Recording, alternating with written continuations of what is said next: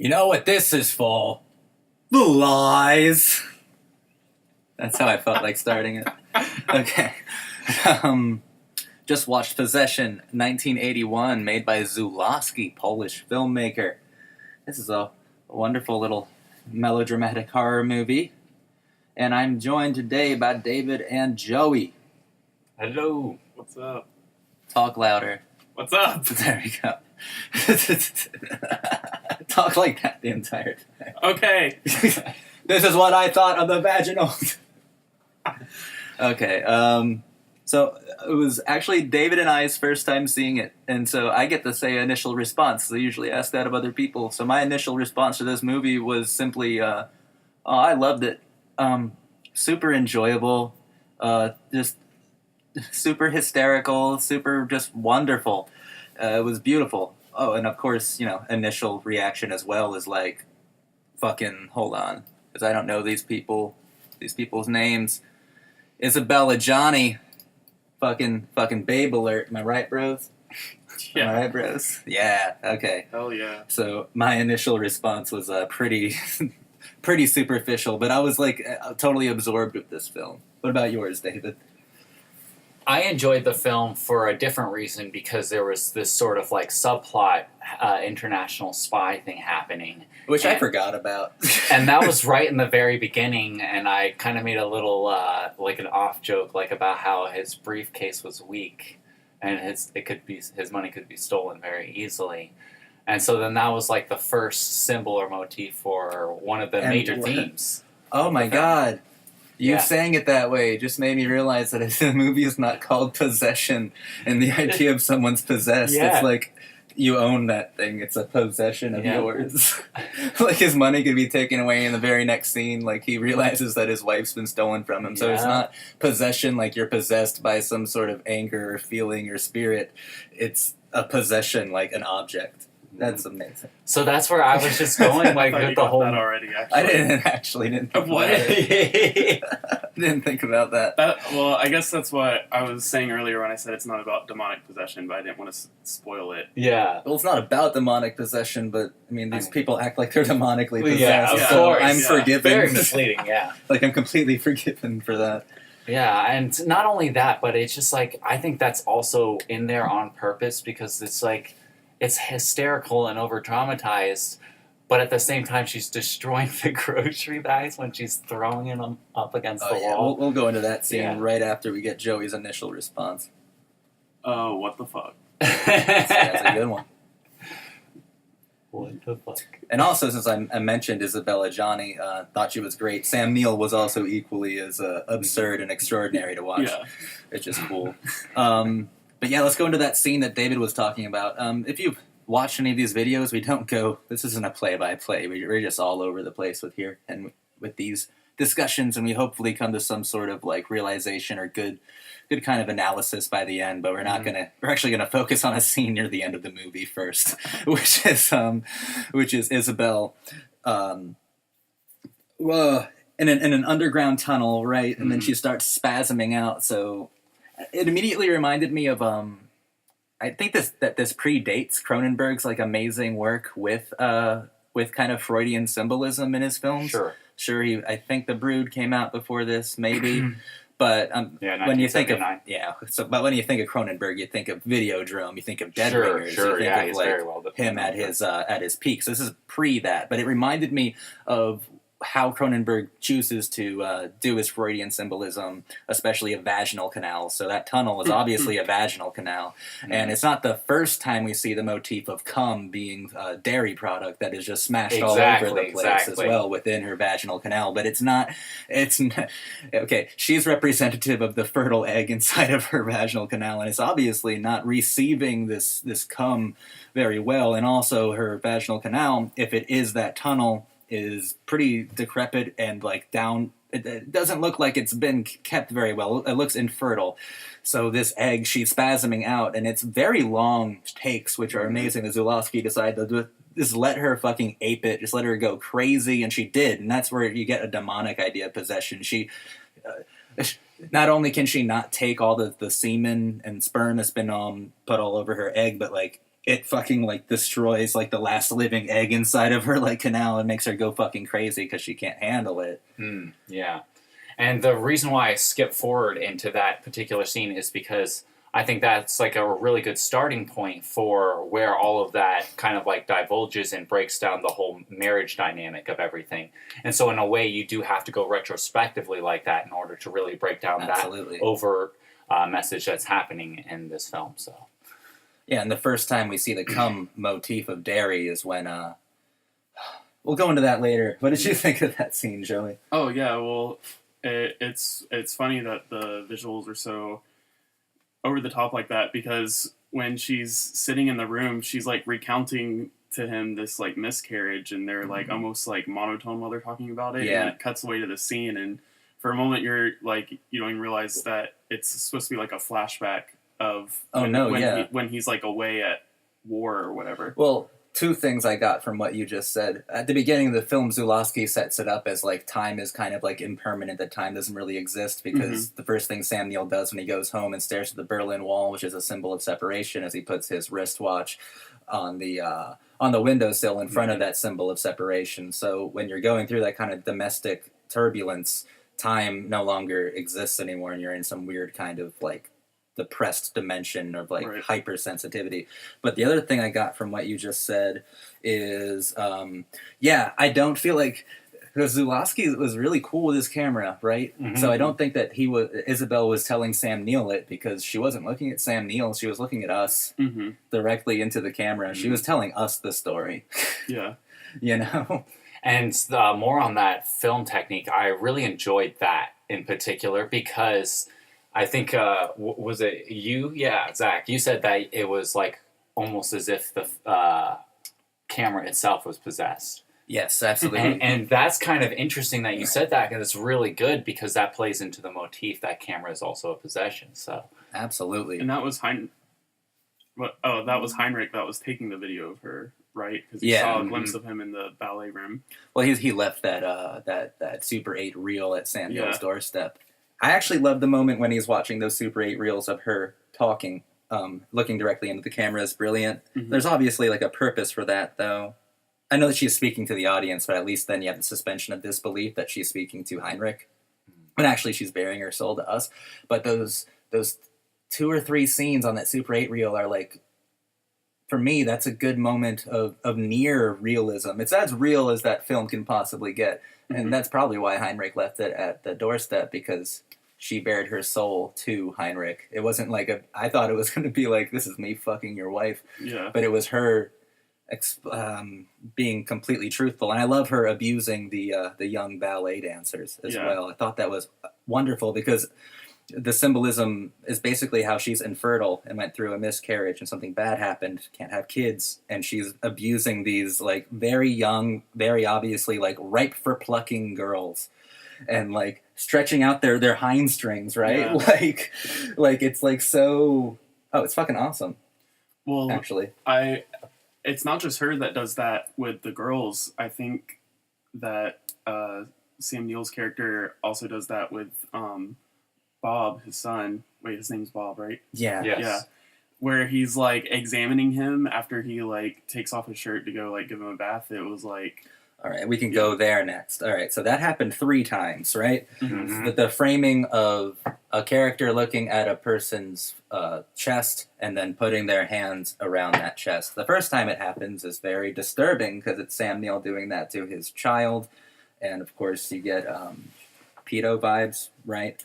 But after that, he does that to his wife Isabelle, and then that same framing is brought back again with Isabelle doing that to Sam Neill. And it doesn't really make sense in that Sam Neill scene until you get to the end of the movie and you can see what she was creating. Gotcha, yeah. And what I found interesting about that was kind of like a clinging or a gripping on, much like how a possessive behavior would exhibit. So that was pretty interesting, how that kind of same, and it's, to me, in a very way, it's very psychologically real, and how not necessarily real in the way it's represented. It's obviously dramatic, but it is representative and real in the sense that people do have a possessive behavior, and then they can become violent as a result of having that possessive mindset. I really do want to compliment Żuławski on his sophistication, at least, with tackling a subject like this, because for the first 45 minutes, I thought it was going to be more a toxic masculinity tale about the emasculated male. Yeah, I thought I was going to go there too. But the second half of the movie is 10 times better than the first half, and that actually focuses way more on Isabelle. Yeah. And the way that her possessive behavior manifests itself a lot worse than Sam Neill's. Yeah, definitely. And I think that's a really good point, because I think it does bring a bit of nuance to it, because you do have that kind of traumatic representation of how being infertile really feels like, in a way. Absolutely. And very horrifying and scarring, mentally and physically scarring. Absolutely. Okay, let's get on. Okay, who wants to do... I jumble my words together, and I say the wrong words sometimes. Who wants to explain what Isabelle has in her bedroom? Who thinks that they can articulate that better than me? I can't even articulate asking you guys to say it well. So one of you guys will have to take over, and then we'll jump off of that. I'm still not really entirely sure what it is, because it's this otherworldly creature that seems to have psychic control over anyone who gets too close to it. Yeah, the men who get too close to it. Right. Well, yeah. And and I'm trying to figure out what exactly it is, because Anna has sex with it. I think it's to varying degrees too. I think that the more fertile, or the more likely that the character is to have a child, the worse, the more intense the feeling of dread or control is. Exactly, and that's probably why Isabelle could fuck it, because she is the least likely to have a child, because she is infertile. She's allowed to fuck it, and then we go up through the ranks, because the first two victims that this alien demonic creature takes are two gay men who aren't gonna get pregnant anytime soon. Right. And those are the first ones she takes. And that's also, since we're on the topic, the first time we see the cum motif of dairy, because the Zimmerman who goes up there it gets splashed all over his face. And the weird Freudian Cronenberg-like symbolism of having a gay character who was overtly gay, has stated that he was gay, 2 scenes previous, being killed essentially in a mock representation of a womb, covered in dairy cum. And that's pretty strong. And then Heinrich is Heinrich and Sam Neill both are pretty fertile dudes, but Heinrich way more. Yeah, I don't know. I think that theory kind of works. It's worse the more fertile or the more hypersexual the character is. Yeah, and what I was going to try and unpack here was how what I think is really happening under the surface is Żuławski is he's really trying to break the surface as to how it really is for a female to be infertile and to have that trauma. And he's trying to maybe in his own way represent how horrifying and destructive that is to relationships. And so you carry that in and you get this kind of I guess psychosocial dynamic to it, and you see that people who have miscarriage desperately want a child. Yeah. And so then that kind of element goes into this sort of almost horrifying aspect of fetishizing childbearing and childbirth.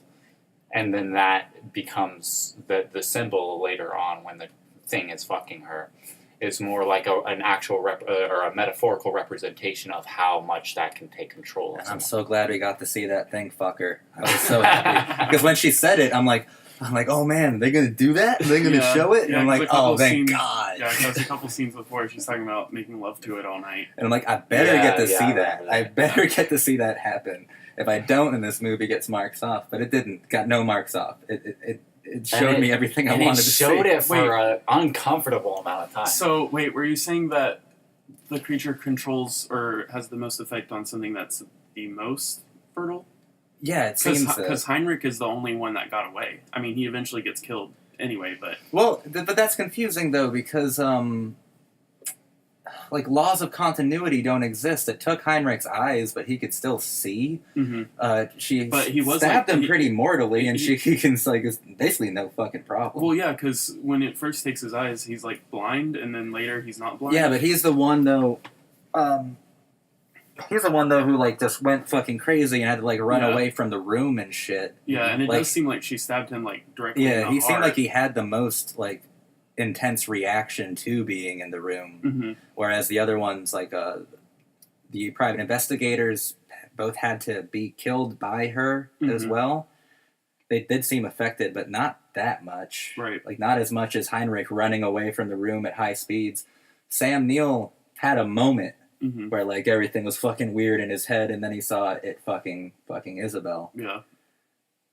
And what was she saying over and over? Like almost there. Yeah, she was saying almost. Almost. All right, so let's jump into we're not. If you have anything to say on like previous symbolism, just start saying it, because we're gonna go into like the double now as well. So it's gonna be the double, but we're also gonna talk about Heinrich and Sam Neill as characters here, because the double that she's making, this monster is becoming more and more human-like, and it ends up having Sam Neill's body. But he's wearing his clothes in the kind of swagger that Heinrich wears his, like the first two buttons of his dress shirt are buttoned and his chest is exposed, that kind of thing. Yeah, he was like what Anna wants from Sam Neill's character, who I can't remember for the life of me his name all the time. Yeah, I'm just calling Isabelle's character Isabelle, if you haven't noticed. Well, she was Anna. Mark. I'll never forget his that. name's Mark. But, David actually put it pretty well. I want David to... He put it well. We were talking about this movie outside of the cigarette, and he was talking about the death of the emasculinity of... Yeah. So this is an interesting element as well. There's this whole aspect of cuckolding, right? I mean, really, that's what it is. He didn't say that outside. He didn't, but it is. But that's what it is. So, but basically, it's emasculation. I should have said I've never heard of it. I should have made you tell me what that was. Well, it's actually kind of funny because you made a joke earlier, like I would let Isabelle. Oh yeah, I would let Isabelle Adjani cuck me anytime. You and then that we literally watched it take place. Like we literally cut the fuck out of him with this alien creature. Yeah. But David had something pretty eloquent to say. So I had to get that joke aside. I'm sorry, but So what I was really going to get at was that. Sam Neill's character, Mark, he is really just being destroyed because the alien representation of that thing turning into himself is more of a representation of like how society tries to shape masculinity, and that by accepting that version of masculinity and not yourself, you actually like kind of destroy your own humanity in a way. And so then that doppelganger is a representation of that falsehood.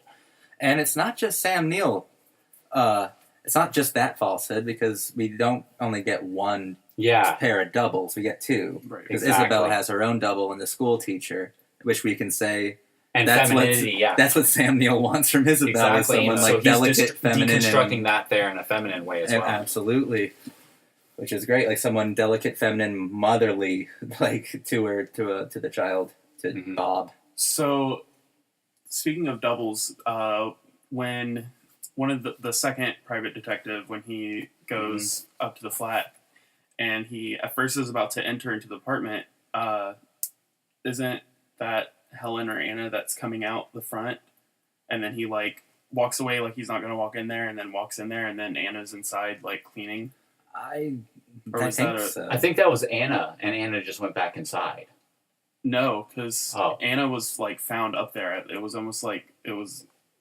Was that Helen's character? Because it looked exactly like Well, that. Helen is Anna. They're the same person. Isabelle Adjani's playing both of them. Right. I mean, the characters aren't the same person, though. Yeah, okay, I see what you're saying. I'm sorry. You can see the mental knots that this movie gets people in. Because I was thinking the same thing of, I'm sure you guys are going to tell me that it's not, but at the very end of the movie, the double that Sam Neill's double, which is like Sam Neinrich, like, messing with the young girl in purple, I thought was the same girl that the ballet who Isabelle was abusing from the ballet school. Was that the same girl, do you think? I'm not sure, but they did look similar enough. Because it's two ultimate symbols of like fertility fucking with each other. So this is what I saw. I saw that was Anna in the room doing the instructing, because her eyes were blue. And then Helen was always the one with the green eyes. And so Helen was always being this caring, nurturely mother figure. And then Anna is this kind of horrible human being. You know what I mean? And so what I think it is maybe there's like this kind of like, he's representing a duality of humans. And in that way, and in that manifestation of that particular character. Helen, I don't even think the regular Isabelle is a horrible human being. Just like a human being who's more than dead inside, like deteriorating, decomposing before our eyes. Literally. I see. So let's play a little game. You can play along, folks. The image on the screen is going to change to one of the most famous images in art house cinema. And we're going to play this game. Yeah. It's Isabelle Adjani giving the camera a smile. And I'm going to go around the room and ask people what they get from this smile, from this image. Starting with David. The smile is already mischievous and has this kind of darkness quality to it, especially with the way that the camera is shot, and that her eyes are also watering, so she has like a deep pain as well within her. And so you get this sort of like this creepy, haunting vibe to it. And that way, to me, it's very immortalizing to her character and what she's trying to get across here, which is this sort of madness. Absolutely. Joey. Well, it's also interesting because she's making this face right after she got done slapping the shit out of him. And he was like, do it again. And then she like starts to do that smirk and break into a laugh. That's what I love, yeah, because I don't even find that contradictory stylistically, because it was some sort of release. It was definitely a release, because I think that's the first time we saw her have that look on her face. But the release isn't assaulting her husband. The release is her husband wanting more. Yeah, exactly. And that's the look. That's the look of someone who, like, loves you and has just seen a new part of you. Yeah, she's like getting off on it for sure. God, it's a hypnotic image. It's really good. It's a really good smile. And it's just wonderful. I wanted to spend some time on that image, especially given the context that Joey gave it. It's right in the middle of of domestic abuse, and you get this. And with a movie with so much talk about souls, I feel that this is her actual soul.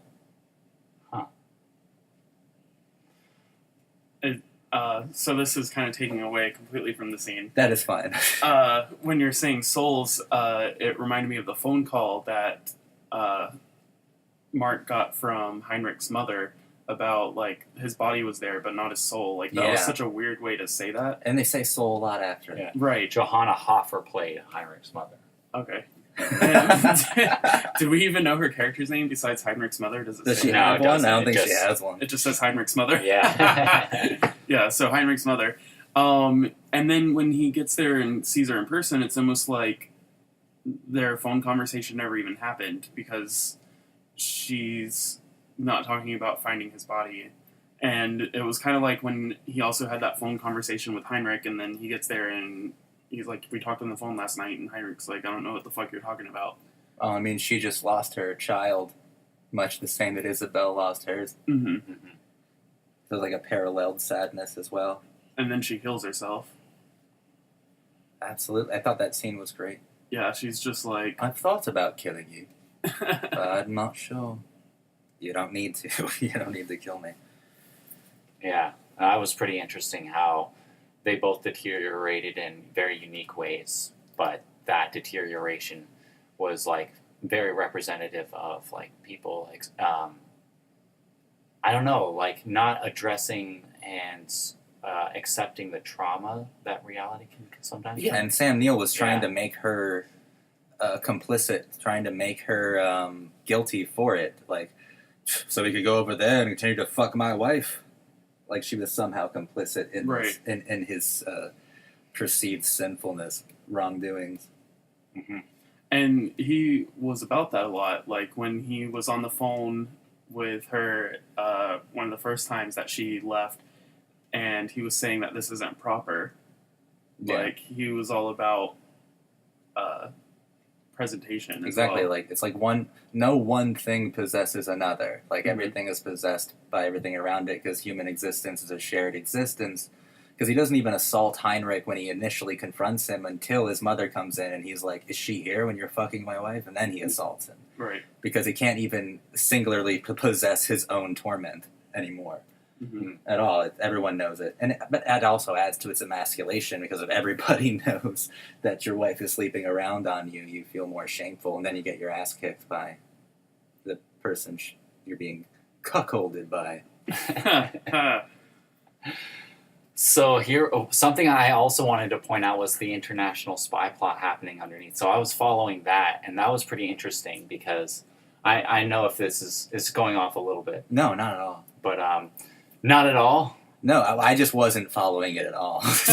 Really? Like that was like so out of my mind until I saw Pink Socks, and I'm like, oh, okay. Yeah. So the Pink Socks guy is playing Maximilian Ruthline, and that's actually I think that's a real person, isn't it? Like there was I some. mean, I don't know. I'm pretty sure I've read that somewhere.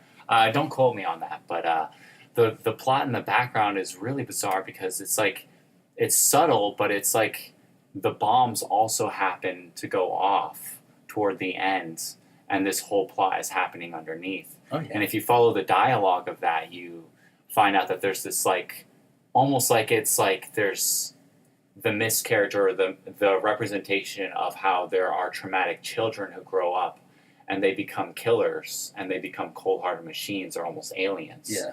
And then those are the people that go into the politics of it all. And that Berlin Wall is Mhm. looming throughout Mhm. that movie. It is Yeah. a daunting presence. And so that was really interesting because it was like me seeing how politics is also in real life played out. It's a lot of the political leaders, the narcissists and whatnot, do tend to gravitate toward politics.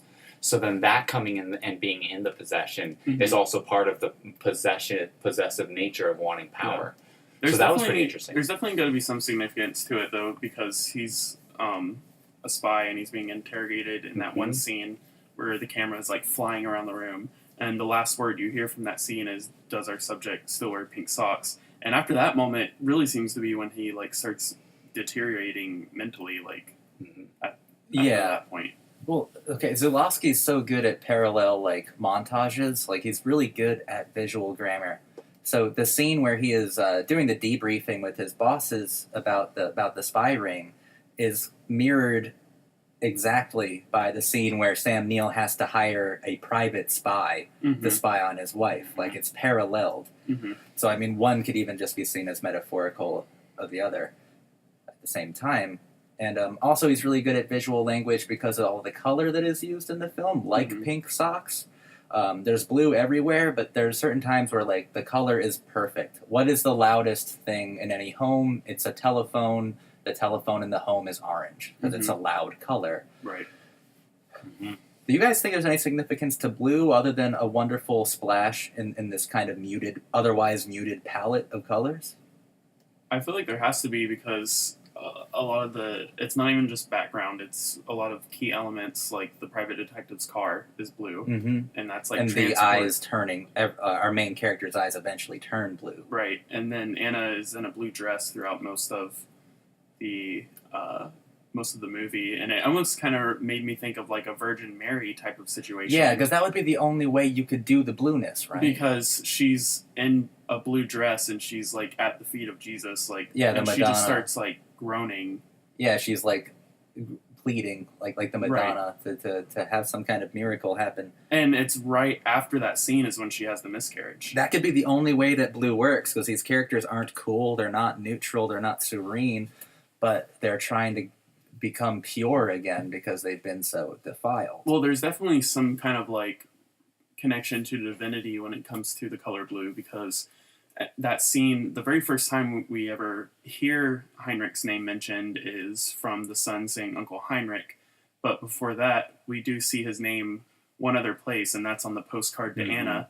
And on the back side, it's like a very beautiful blue colored postcard. He found it inside of a book, and on the bookshelf, he looked at every single book that was blue, and then passed every one that was a different color. And then he opens up that book with the blue postcard and reads the other side, and then... I saw the face of God, and the other half is you. Yeah.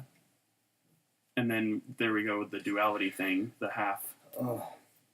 Talk about how God is a disease, and that through that disease we can find God. Through that disease we can find God. Those are that's a mixture of Mark and Heinrich's exchange. Right. I actually think we see that played out. I can see how sort of despair can bring someone to that, and having maybe actual real world disease in a way does bring someone to that, is the want to, or a hope for something out of it, right? A miracle, right? And so I think that's more perhaps what he's trying to get at, is that there are people who do actually experience diseases that they can't cure. And I mean, like, isn't AIDS one of those diseases? And here you have a movie where there's a lot of sex going around. Who knows who has what, right? And that's just one of those elements that's added into it. It's part of the baggage of the whole process. And so I think that's pretty interesting how that is turned in a Christian, or really a Christian way of trying to get out of that, to try and seek salvation and respite from just something like a disease that can destroy you, and that's just from infidelity or whatever the case might be. So, it is one of those things where it's always in the back of someone's mind, and there are people who have suffered through such traumas, and I think that's a big part of that, is why people would go out and search. Let's talk a little bit more about the Virgin Mary kind of concept, kind of paralleled symbolism with Isabelle Adjani's character. Joey, what do you say? Just what? That's a very open-ended question. Or you're the one who brought it up in the first place. I thought there was a lot of cool stuff going on with that Virgin Mary symbolism.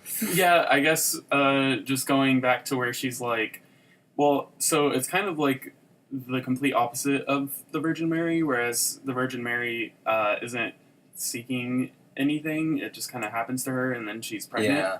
Whereas we see Anna's character here, like, seemingly, like, pleading, like she's in agony at the feet of Jesus, and then instead of, like, experiencing, like, giving birth to, like, a miracle, she apparently has a miscarriage, and she mentions Sister Faith and Sister Chance, and apparently Sister Faith was in the miscarriage, and all that was left was Sister Chance. Yeah. And through that disease, we find God. Right. Through the despair of the miscarriage, we find God, which is, I guess, the demon creatures that she's putting together, manifested from her depression. Right. Yeah, and you can see that. I would like to carry that on further. I think that was pretty much right before the scene where she starts tearing everything off of the shelf and putting laundry into the refrigerator. She seems to do that a lot. Yeah, but that was that was the scene, like, right when he went home, him being Mark. I know what you're talking about. I know what you're getting at. So just but anyway, that scene in particular is interesting. How they immediately go from this sort of like pleading and salvation, and then there's this immediate reference to like taking all of the material possessions you have and just throwing them on the ground and walking all over them and walking all over the books that you have and everything. Yeah, they're home. All their possessions are on the floor, stepping all over them. Absolutely. That's a cool... this film does have a lot of layers to it. So that's very, very awesome. And also, before we get off of colors immediately... pink socks. What does pink represent? Well, we talked about the Berlin Wall, and obviously this is taking place in Germany, so I feel like pink is a not so subtle like symbol for like homosexuality. So that's definitely a running thread through the movie, because we have the two private investigators that we find out are gay not just and in a homosexuality, relationship. yeah, and not just homosexuality, but also pinko communism. Right. Because you have the spy subplot going on. And you have the Berlin Wall driving home that communist flavor as well. Mm-hmm. That was pretty interesting how you did see that there was this sort of like collective mentality when it came to dealing with anything. Yeah. Like, oh, I have to go talk to so-and-so, and then, oh, so-and-so has to go talk to so-and-so. That was pretty interesting that you pointed that out. To leap off of like the kind of pink meaning homosexual, and the character that was wearing pink socks certainly did seem a little fruity. Thank you. But I'm allowed to say that. Yeah, he's allowed to say that. But let's talk about like kind of maybe the latent homosexuality of Mark's character, but specifically Mark's relationship with Heinrich. Yeah, every time they're together, Heinrich is bare-chested. Yeah. And the way that Heinrich kept touching Mark the first time that they encountered each other was very like weirdly sensual. I love when he beat the shit out of him, but then like his first response was to cradle Mark like in his arms a little bit. I'm doing the motion here; you can't see it. And then Mark tried choking him.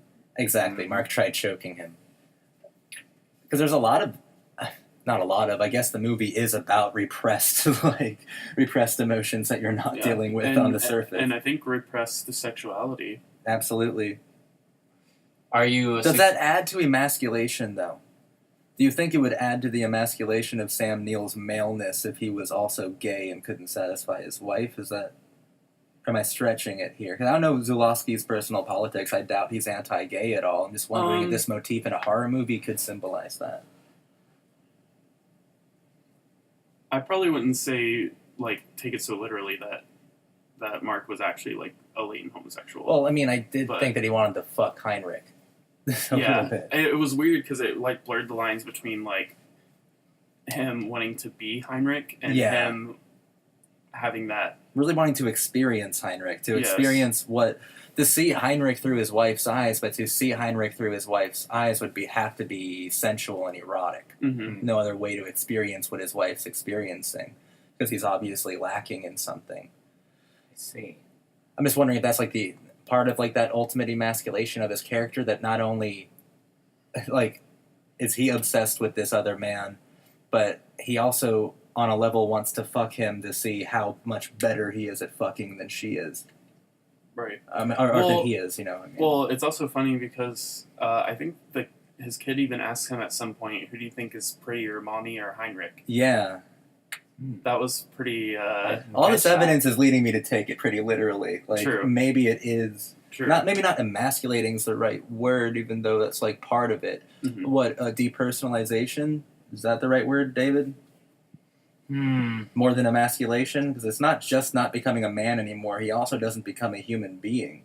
Like, he also loses human faculties, not just characteristics of manhood. I don't know.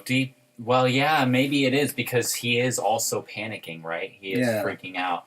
And that is kind of like that. We were just talking about that just a while back. That's interesting that you brought that up. At least just from my basic overview of that, of depersonalization, I know that it's really like it can be caught on by acute stress. That's one of the ways in which it can happen.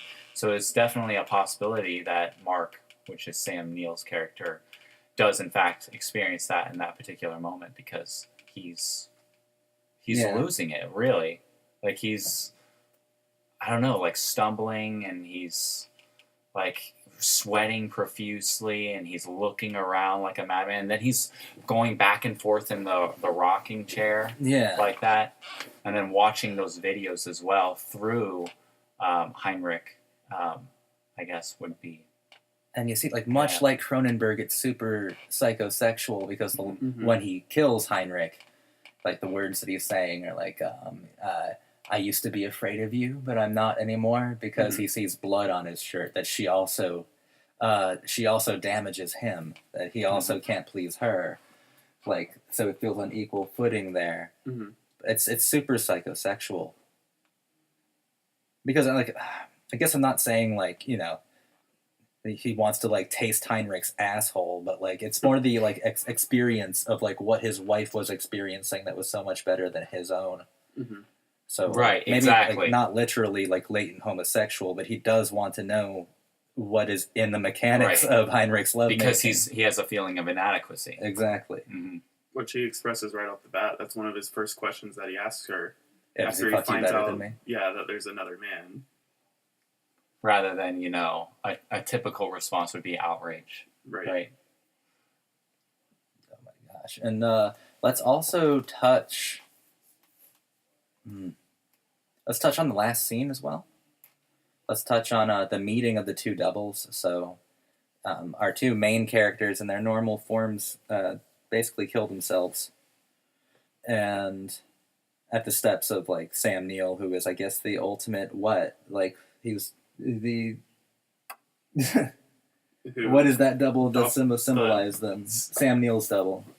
Oh, well, we already did that. It's Sam Neill without all of his, like, repressed worries, or it's a masculine version of him, just like how Isabelle's double is a completely feminine and motherly version of her. So what about their meeting? And why is the child saying, don't open it, and then goes and drowns himself? Anybody want to tackle that ending? And then she doesn't open the door, but bombs and everything are going off. Mm-hmm. Well, if we're talking about, like, the vaginal symbolism, then we would have to take the bathtub as being Absolutely. like the womb. Like stillborn in there, yeah. Right. So the child is stillborn. Which it's almost making me wonder, like, did the kid exist at all? Was the kid the miscarriage and they just thought that it existed? Right. Is that what brought on the divorce? Like, what? Because things didn't she say things haven't been good for a while? It could have been like 5 years, however old that kid was. It's also interesting because when Mark finds Bob alone and he's asking, like, where's your mother? Like, have you been alone for a long time? It appears that he's covered in blood. Yeah. And the first time I was like, what? I noticed that too. I was like, the first time I was watching it, I was like, what is he covered? Is it jelly? Like, was he getting into the snacks? But then when you see it in the light, you can see it's like red all over him. So don't open it. But why didn't he want his mother to open the door? Or Helen. Yeah, I'm sorry. Well, as we could see, the Sam Neill double, the Mark double, is at the door. The last scene we see of him before that is that he's climbing up on that girl, like he's trying to climb to something. And then when we look through the door, he's like pressed up against the window pane, like he's like climbing. So it's almost like is the place that there ain't even exist, because you're looking through that door and it's weird. Like, where is he climbing to, and why is the other side of that Helen's apartment? David, you got any thoughts on the meeting of the doubles? I mean, I was just really interested in how both of the main characters were, like, not only deteriorating throughout the movie, but then at the very end, they actually do get destroyed. And so then that was really powerful and over as obvious that was being said. But what I found particularly more subtle about it was the way in which it happens. And it happens in this sort of like this bloody struggle up a staircase, which is more symbolizing of trying, like, especially with the bells ringing in the background. Okay. Yeah, it was like more symbolic of like them trying to get to an unobtainable and Sam Neill's unobtainable objective was to be alone, die like a dog underneath a staircase and make one yelp, but he couldn't be alone. Everything crowded around him, including these, like, the police force, nearly supernatural, the police force, like spy rings, his wife, like everything. Maybe that's his yelp, like he says, like a dog yelps like it just saw something real, and Sam Neill just saw the idealized version of himself that he could have been, the stronger version of himself, like something real. But he couldn't be alone. I still don't know what to think about. Okay, the meeting of the doubles, bros. The very ending of the movie. I still not. Yeah. I mean, I don't think that place exists either. I don't really put too much credence or lend too much legitimacy to anything actually in this place, like having like spatial existence. Like it just moves so like nightmarishly through all of these situations, you know. I mean, even if the ending is completely symbolic and metaphoric, I still can't right now crack open the meeting of the doubles at the door. Right. Especially because it's like they don't really meet each other. Like, she sees him and then turns around, she's walking back away from the door. Yeah. And he's still on the outside, like, pressed up against the glass. And then you hear the bombs going off, and then the beautiful way the film ends with the flickering light on her face. But is she realizing something? Is that the face of realization? And that's not the first time we've seen a flickering light. When Mark is on the phone, Yes. he's just flicking the light off and on Yeah, as he's talking on the phone. And then he's on the phone, and what is he specifically talking about? He's talking to Heinrich's mother, isn't it? Yeah. Mm-hmm. Yeah. So then he's talking to her, and what's the conversation they're having? It's about Heinrich's soul. Souls. So then he's having a realization moment, probably, and the fact that maybe he has one. Are those doubles the representations of their true souls then? I would say maybe the opposite because of the way in which they're so Helen is definitely the better version, right? We can Both of those are better versions, I would say. We didn't really get to see Sam Neill's too much, but he was more virile, manly, masculine. So it's possible that they realized that they adopted what they thought their authentic sense of self was actually like completely corrupted. Yeah. And so when they saw a real version of themselves of what they really envisioned it to be, it all came shattering down. So extrapolate that some more. If that place doesn't exist, and it was all white, it was an all white place. Let's call that some strange kind of not heaven, but some sort of place of impermanence where the world of the souls, whatever. We can also extrapolate, that the kid is dead too. That's like the soul of the dead kid. That's the soul of the stillborn. And then it's three souls coming together at once. But maybe he's saying, don't open it, because maybe Sam Neill is just a poisonous, a toxic fucking human being, regardless. Right. Like, you let him in, you let the monster back in, and maybe she was better. Well, it seems almost like maybe the monster did get in, because the last frame we see, she has, like, the glowing, piercing eyes as we get in closer. We gotta mention that Sam Neill has, like, blue eyes. His double has blue eyes. Right. Yeah. I think that's a good analysis of it as, like, some sort of, like, soul plane. I don't think that's a bad analysis. I'm sure there's several, but that definitely works. Well, I know the color blue, at least in, like, Hindu mythology, like, usually represents, like, the highest level attainable of, like, consciousness. So, like, you see a lot of the Hindu gods, they're completely blue.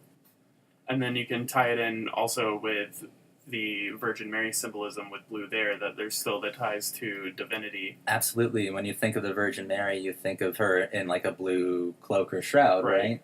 And then the car, blue, is transporting the private investigator basically to his death, where he's getting absorbed into the monster.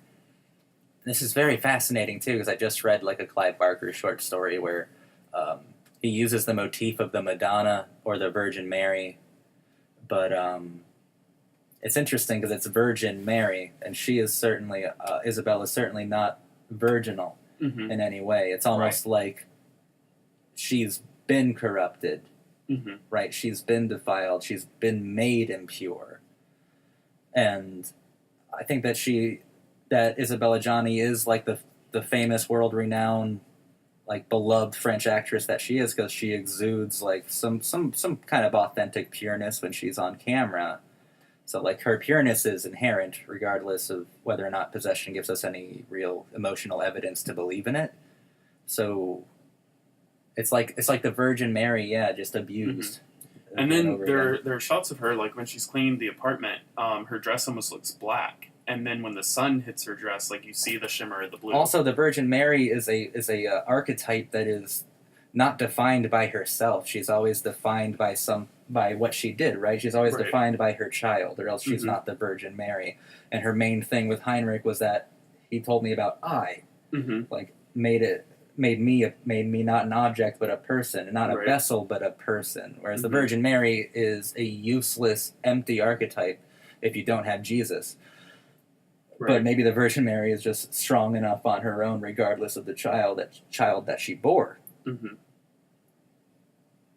So yeah, I do think there's also feminist overtones to this film as well. Mm-hmm. I could see that. Who wants to talk about something else?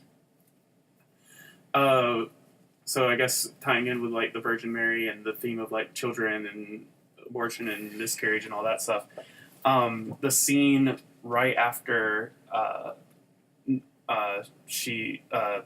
Anna slaps Mark and smiles and all that, and then he ends up slapping her around, and he chases her out of the apartment, and she's like bleeding from the mouth, and telling him not to follow her, and then she's walking away, like all of a sudden becomes like she's in a trance. All of a sudden, like she gets that crazy look in her eyes get big as saucers, and she like walks away, and then it cuts to him, and then all of a sudden you immediately hear like children like cheering and laughing and playing in the background, and then he like joins right in with them. Yeah. And it was kind of like surreal. It was like, why? Yeah. What's going on there? And then I'm pretty sure if it's not the same exact group of kids, you see children once again outside of the flat, Anna's flat after he blows it up. Even if it's not the same group of kids, and just like earlier with me and like the ballet dancer teenager, even if it's not the same person, these people were like cast there because they must remind you of that earlier concept, even if it's not the same exact people. Right. Like, that was the point of that. And that scene where Sam Neill is the first one you were talking about, the first time we see the kids. I love that it's framed at like a Dutch angle of like it's like looking upward at Sam Neill, probably the manliest Sam Neill looks in the whole thing, because it's framed. The largest part is his groin because it's an upward shot, and it's a Dutch angle as well. So something's off about his weapon, his dick, and he's like crowded by children who he just like absentmindedly plays with. Right. It's interesting because it seems like the movie a lot of times goes back and forth between showing him as almost decrepit, where the first time we see him in the rocking chair, and it like makes him look even more very like powerless, like an invalid, and then you see him later. He's literally sitting in Bob's little chair and desk, like a little schoolboy, when he's talking to Anna. And then the next thing you see, the next version of Anna or Isabelle that he sees is Helen. Right. Too, right after that. It's like almost like he actualized her spirit, and he looks just like a schoolboy at a desk in the kitchen. Right. And see, his eyes change different colors. I think his eyes are blue in that scene as well. I don't know, like it's like their eyes like keep fucking with me. Well, Isabelle Adjani's eyes in real life are like the most intense fucking things in the world. Yeah, so they like, definitely lessened them in the beginning, or else they're kind of like so striking. They're kind of like hazel, and then like in the dark, they look more brown. And then the scenes where they emphasize that there was a bright light shining on her face, so you could see the blue. And I think that's her actual eye color. Yeah. Judging by other photographs of her, they are super intense eyes. Yeah. So they definitely turned the volume down on those for a little while. I love it. It's super theatrical and contrived in all the best ways. Reminds me of Argento, and I like this kind of simultaneous psychosexual body horror that was going on between Żuławski and Cronenberg in the 80s. It was really good. Does anybody have any closing thoughts? I was just, I really enjoyed the film for the fact that it does keep you kind of on the edge of your seat a little. Like, it definitely keeps you, at the very least, interested. Yeah. And I think that's important. And I also enjoyed the fact that I did not expect this to be nuanced at all. Right? Like, I expected it to be just this sort of, like, maybe it could have been, like, Exorcism of Emily Rose or something, where it's just this possibility into demonic possession, but it wasn't like that at all. Instead, it had more complex themes and a more complex plot.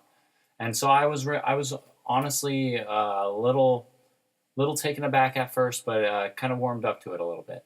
That's what I would say. All right. What about you, Joey? I just have to say happy birthday to Isabelle.